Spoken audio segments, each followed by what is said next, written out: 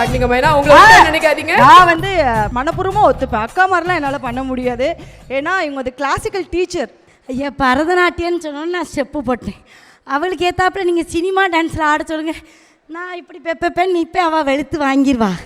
நீங்கள் வெளுத்து வாங்கிட்டீங்க. இந்த மொமெண்ட் உங்களோடது தான். Thank you so much. சகாசங்கா மாமா வந்திருக்காரா? ஒரிஜினல் மாமா. ஒரிஜினல் மாமா. ஆமாம், ஒரிஜினல் மாமா தான். ஊரில் வந்து கும்பாபிஷேகம், அதனால் ஃபேமிலியாகவே அங்கே எல்லோரும் போயிருக்காங்க. ஓகே. இல்லை மாமாவை பற்றி நீங்கள் பேச ஆரம்பிச்சோன்னா எனக்கு எல்லா நேரத்துலையுமே நம்ம அவரை கிண்டல் பண்ணி அப்படிலாம் பேசியிருக்கோம்.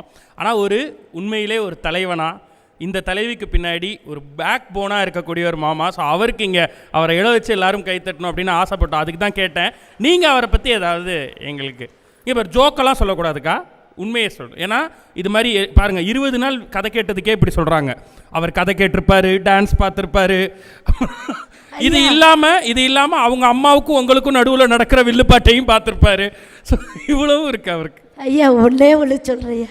கல்யாணம் ஆன புதுசில் என் வீட்டுக்கார்ட்ட, மாமா நான் நல்லா டான்ஸ் ஆடுவேன் மாமா அப்படின்னு. சரி ஆடி காட்டுமான்னாரு. நான் உடனே பொத்தி வச்சா மல்லிகை மொட்டுன்னு எக்ஸ்ப்ரெஷன் பண்ணல.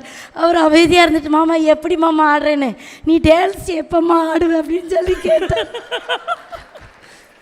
ஆனால் அப்படி உள்ளவர் தான். இந்த சினிமா பற்றியெல்லாம் அவங்களுக்கு அவ்வளவு தெரியாது.